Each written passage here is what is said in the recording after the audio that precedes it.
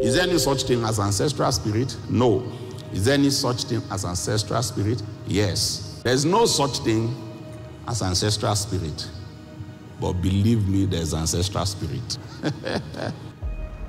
Talking to you about dealing with demonic strongholds. And I'm saying to you, however, that there is no such thing as ancestral spirit. But boy, they are ancestral spirits.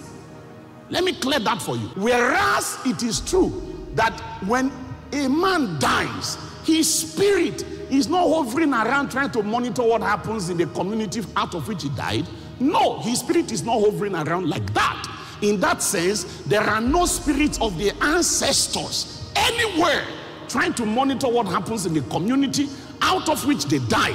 But there are things that are called familiar spirits. There are things that are called monitoring spirits. And the way that demons bring people into captivity is to use the sentimental attachment that we have to our own people. If those demons came as demons, you will want to fight them. But if the demon came as your granddad that died, are you going to turn your back on your granddad simply because he has died?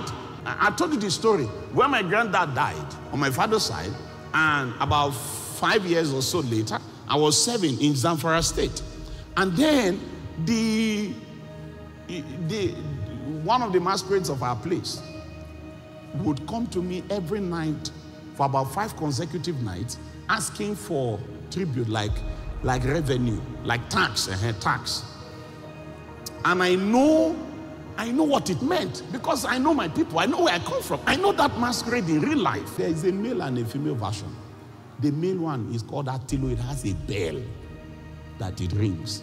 It was that Attilo that was appearing to me in my dream, asking for tax. You know what they were looking for? They said my granddad had not yet been buried. When I saw that dream, I knew what it meant. I traveled from Zamfara home. And I went and told my parents, I said, warn your people. Because before that thing happened, I'd suffered a series of losses. They were just unreasonable. I was a core member trying to... it was when I started having this dream that I realized that this was more like the tail end of that notice that they had been giving me.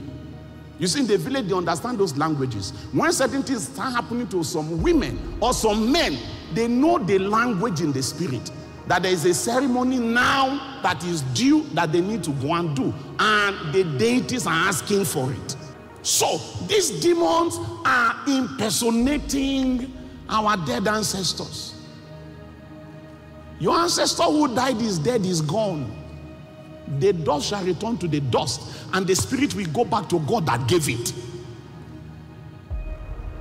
There is not even a purgatory anywhere. So even though there is no such thing as ancestral spirits, they are the spirits of your ancestors. They are not hovering anywhere. Yet, there is ancestral spirit because there are people that have hijacked that category and are servicing it. And many people without knowing are falling for it. Many of us, our parents or us, some of us, it will be at the point of marriage that they will push you and pressure you. And you will go and do something that is an invitation. It is an acceptance of terms and conditions. But you just do it so that they will allow you to rest. So you just marry your wife and go. In parts of Nigeria, there are certain rites that you do when you are getting married. For instance, that after you do that rite, if you become unfaithful in marriage, the gods will come after you. And the idea is eventually they will kill you. Isn't it?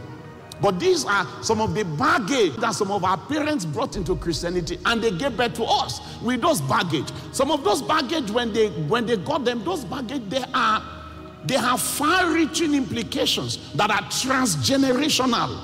Because we were the ones that watched over this marriage to ensure the sanctity of this marriage, we have a right, we have a say over your children, because we are the reason why you know that your children truly belong to you. That was the original African DNA arrangement. You know, God said, I show mercy to 1,000 generations.